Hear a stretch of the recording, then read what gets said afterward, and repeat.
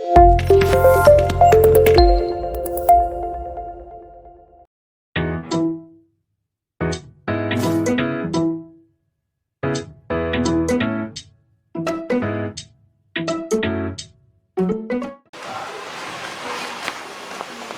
ketua kelas siapkan kelasnya.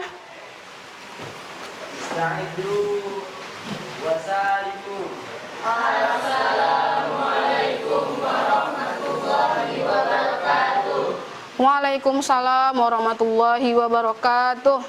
Doa jami'an.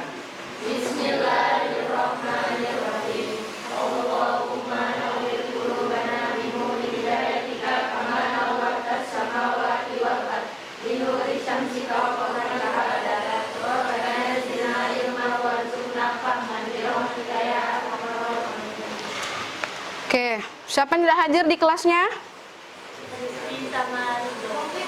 Adit sama Ridho. Kenapa mereka?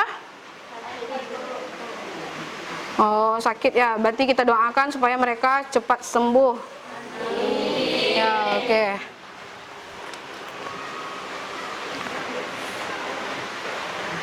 Ridho sama Rizky Aditya. Oke. Nah, udah siap belajar kimia?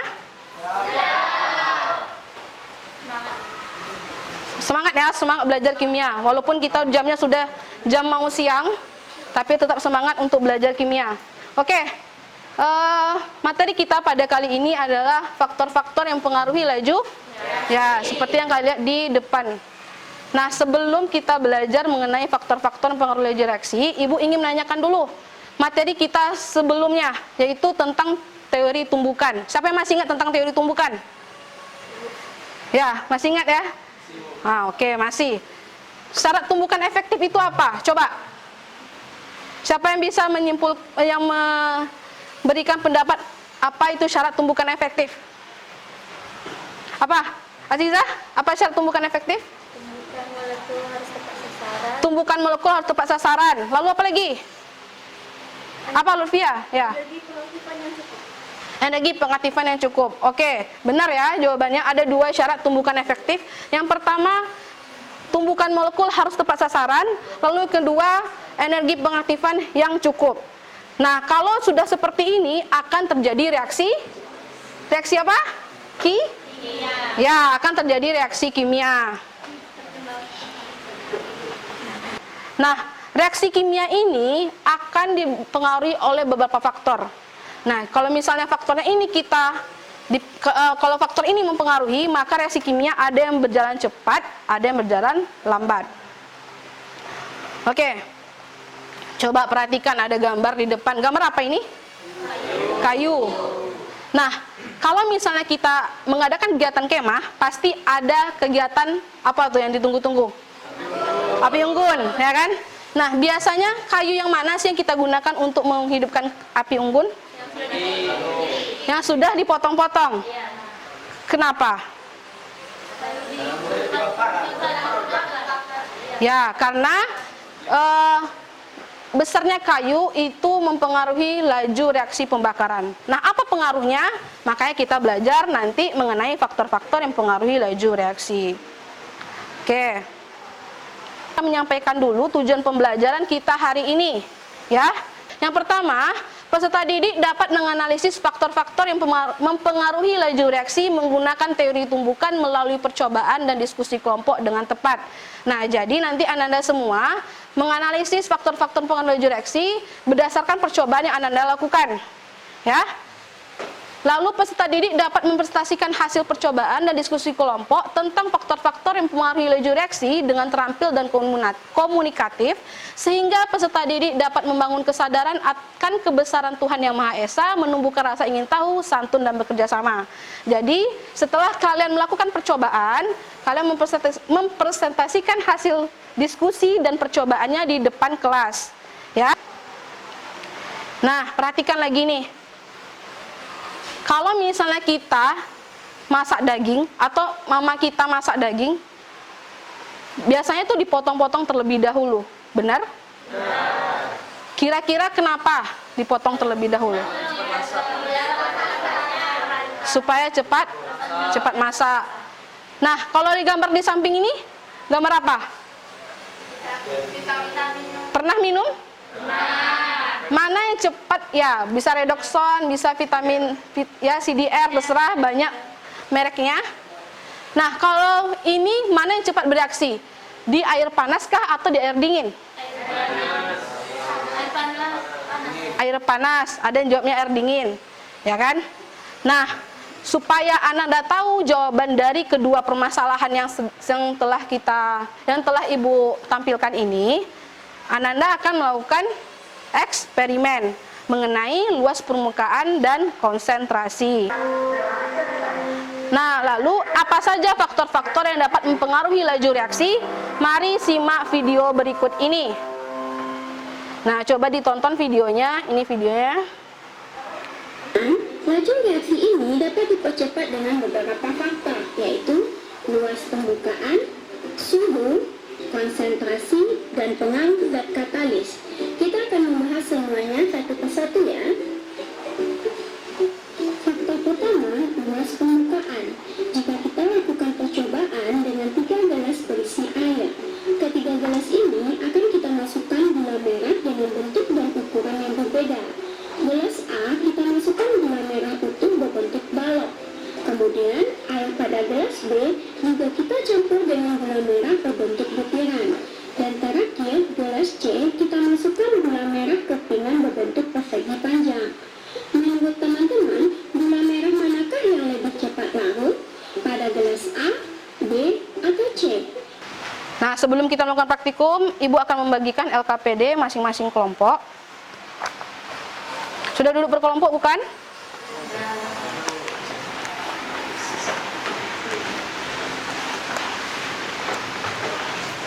Oke, dibaca dulu LKPD-nya per kelompok. Ini ada LKPD sama modul.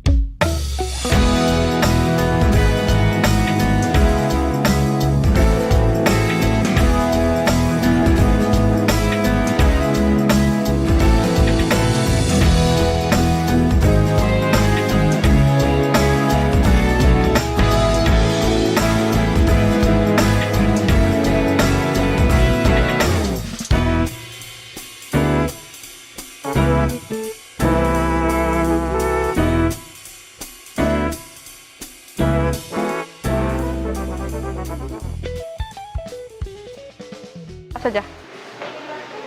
Udah dikit.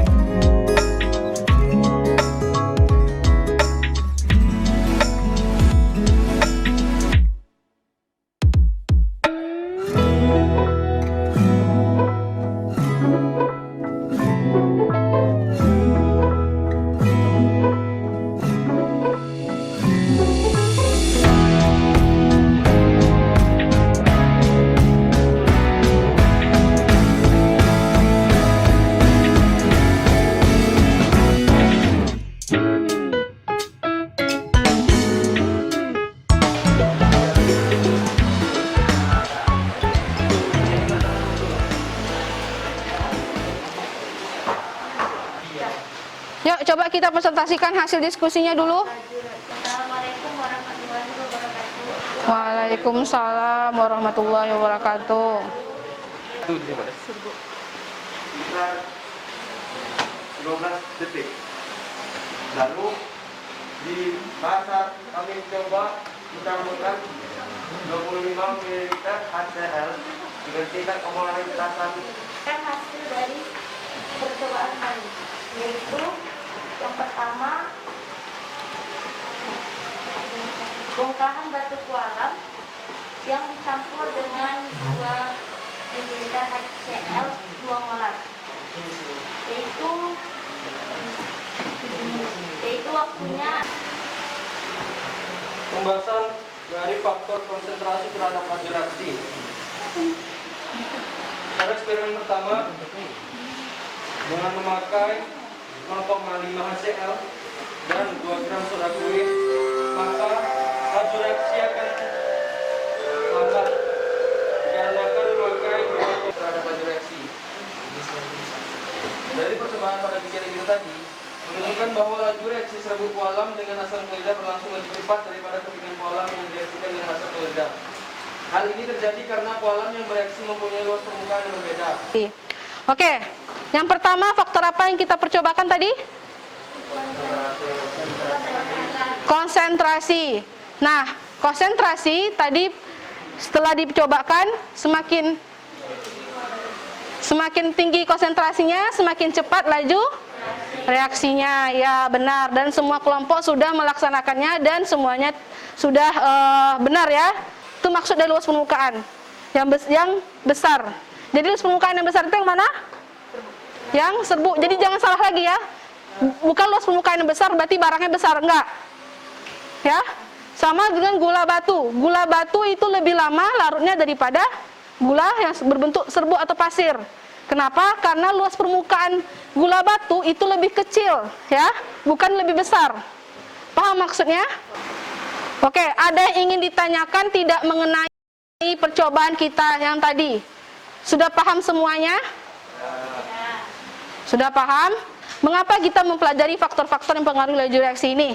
Selain tujuan pembelajaran tadi sudah Ibu sebutkan bahwa Ananda harus menganalisis bagaimana faktor-faktor yang mempengaruhi laju reaksi. Nah, kenapa? Karena sudah ada dalam kehidupan kita sehari-hari. Contohnya apa? Apa contoh dalam kehidupan sehari-hari? Teh? Kenapa teh? Oh ya, gula. Ya kan ketika kita masukkan gula batu lebih lama larutnya daripada gula pasir. Kalau kita nih bersihkan kamar mandi, keraknya banyak kali. Itu yang kita gunakan pikselnya tentu banyak ya kan. Baru kamar mandinya bersih. Ya kan? Maka konsentrasi piksel itu semakin besar kita gunakan, semakin cepat dia membersihkan kamar mandi. Nah, itu. Paham sampai di sini? Oke, untuk soal evaluasi nanti Ibu Ibu kirimkan atau nanti Ibu printkan soalnya. Besok pagi kalian kumpulkan ya, kalian kerjakan malam di asrama. Ya, oke. Nah, sampai di sini pelajaran kita hari ini. Sebelum Ananda semua mengakhiri pelajaran, dicuci dulu peralatan praktikumnya, lalu kita bereskan di sini sama-sama. Oke? Terima kasih atas perhatiannya. Assalamualaikum warahmatullahi wabarakatuh.